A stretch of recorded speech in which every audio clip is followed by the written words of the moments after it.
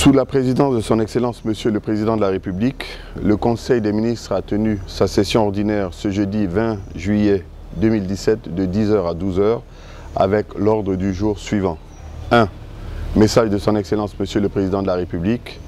2. Compte rendu de la session ordinaire du Conseil interministériel tenue le mardi 18 juillet 2020. 3. Décision. 4. Divers.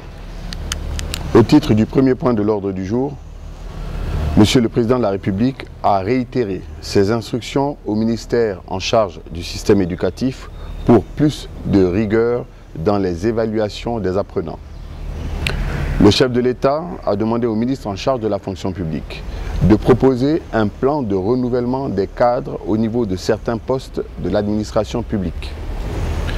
Le Président de la République a demandé au gouvernement de prendre les dispositions nécessaires pour exploiter au maximum le potentiel touristique de notre pays et relancer ce secteur.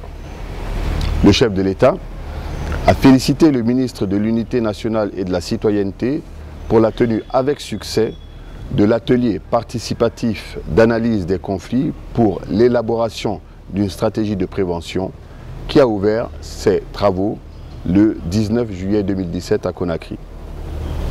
Le président de la République a invité le gouvernement à accélérer le processus d'acquisition des vaccins pour les pèlerins en prévision du prochain pèlerinage à la Mecque. Le chef de l'État a instruit le gouvernement de diligenter l'ouverture prochaine d'un bureau de la Banque africaine de développement à Conakry.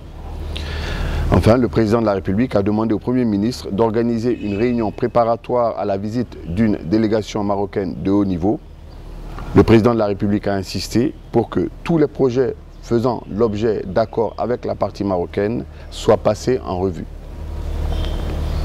Au titre du deuxième point de l'ordre du jour, Monsieur le Premier ministre a fait le compte-rendu de la session ordinaire du Conseil interministériel qui s'est tenue le 18 juillet dernier.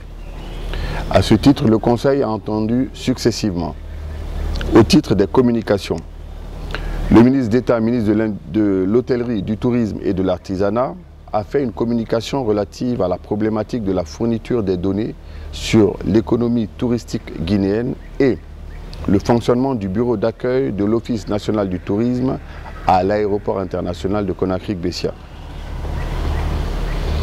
Le ministre a rappelé l'invitation de l'Organisation mondiale du tourisme faite à ses États membres de joindre leurs efforts à ceux des banques centrales et les institutions nationales de statistiques pour assurer la mise en œuvre des recommandations internationales relatives à la collecte et à l'analyse des statistiques du compte satellite de l'économie du tourisme. Les éléments d'information et les avantages de ce compte sont variés et concernent le commerce, le transport, l'agriculture, les télécommunications, l'environnement, l'artisanat et la culture. Ils permettent de déterminer le poids et la contribution de l'activité touristique à l'économie nationale. Le ministre a déploré que depuis décembre 2016, les services de police aéroportuaire ne fournissent plus ces données statistiques au ministère en charge du tourisme. Cela serait dû en partie au traitement informatique des documents de voyage biométriques des passagers à l'arrivée et au départ de Conakry. En conséquence, la Guinée n'est plus en mesure d'honorer ses engagements internationaux pris auprès des institutions précitées. Le ministre a ainsi sollicité le soutien du gouvernement pour la mise en place d'une plateforme par un acte regroupant les ministères des Transports, de la Sécurité et du Tourisme et les institutions concernées, à savoir la Banque centrale de la République de Guinée et l'Institut national de la statistique, au sein de laquelle toutes les questions pourraient se poser et leurs solutions proposées au gouvernement. Le ministre a rappelé que par décret, l'Office national du tourisme, qui est un établissement public à caractère industriel et commercial, a la mission de mise en œuvre et de suivi de la politique du gouvernement dans le domaine de la promotion, du développement et de la commercialisation du tourisme sur toute l'étendue du territoire national. Il a précisé qu'avant le lancement des travaux de rénovation de l'aéroport de Conakry-Bessia, il y avait un bureau d'accueil chargé de recueillir les premières informations d'orientation des touristes, notamment en matière d'hébergement, de loisirs, de déplacement. C'est également à partir de ce bureau d'accueil que doivent s'opérer les premiers traitements des données statistiques. Depuis la fin des travaux, la société de gestion de l'aéroport de Conakry tarde à réinstaller ce bureau. Le ministre a sollicité l'intervention du département en charge des transports à l'effet de demander à la SOGIAC de réinstaller ce bureau à l'aéroport et de le rendre opérationnel.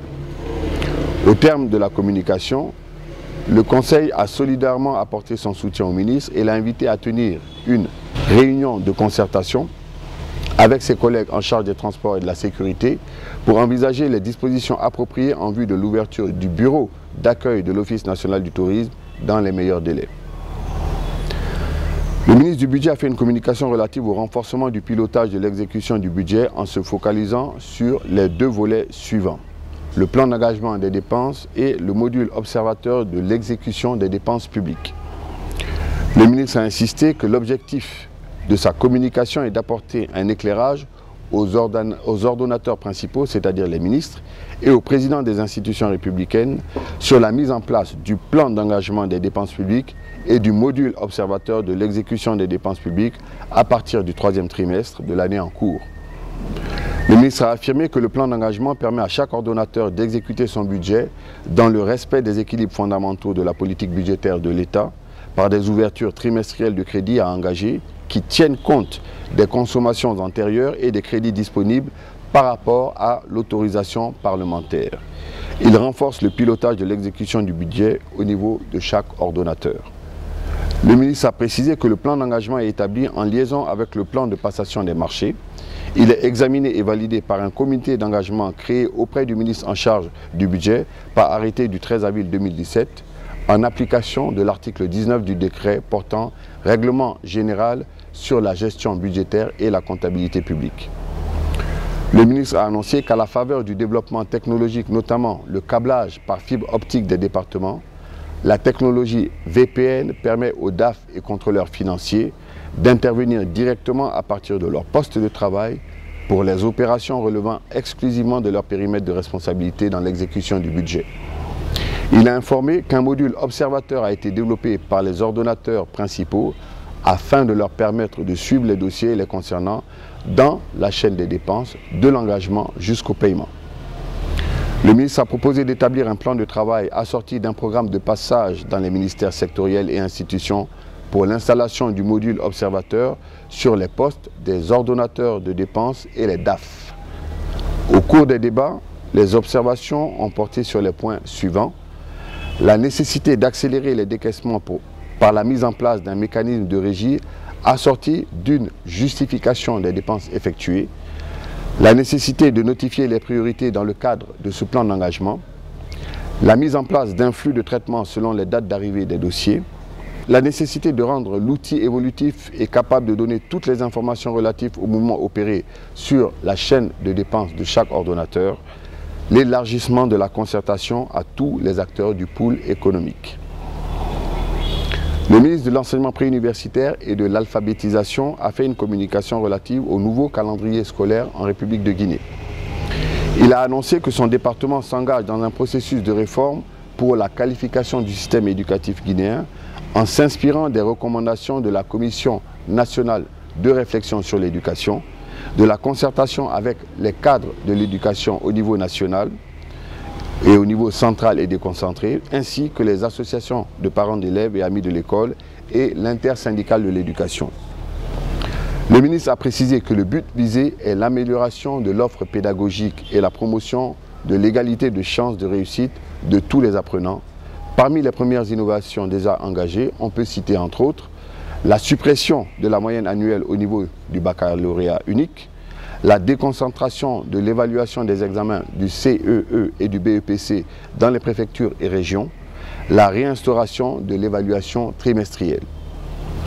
Le ministre a soumis le projet de l'institution d'un nouveau calendrier scolaire qui se présente comme suit.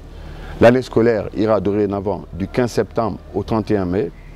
L'année scolaire sera décomposée en 3 trimestres, 2 congés, Noël et Pâques, et les grandes vacances allant du 20 juin au 14 septembre. Le mois de juin est exclusivement consacré au déroulement des examens nationaux sur l'étendue du territoire. Le ministre a sollicité l'accord du gouvernement pour l'institution de ce nouveau calendrier scolaire afin de relever le défi d'une éducation de qualité. Au cours des débats, les observations ont porté sur les points suivants: la problématique d'annulation des notes de cours, la nécessité d'harmoniser le nouveau calendrier scolaire pour l'ensemble du système éducatif, l'instauration de mesures appropriées pour mieux gérer les candidatures libres de nature à mieux contrôler le mode d'accès des candidats aux examens nationaux et l'urgence de mettre à disposition un budget pour assurer leur formation continue des formateurs à l'INRAP. À l'issue des débats sur les différentes questions suscitées, le Conseil a décidé ce qui suit. 1. Le Conseil approuve le plan d'engagement des dépenses et le module observateur de l'exécution des dépenses publiques. Il invite le ministre à vulgariser les deux outils de gestion budgétaire. 2.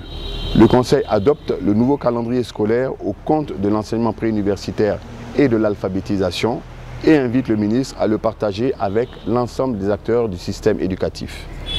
Au titre des divers, le ministre en charge de la sécurité a informé le Conseil de l'introduction de nouveaux éléments de sûreté dans l'élaboration des passeports biométriques.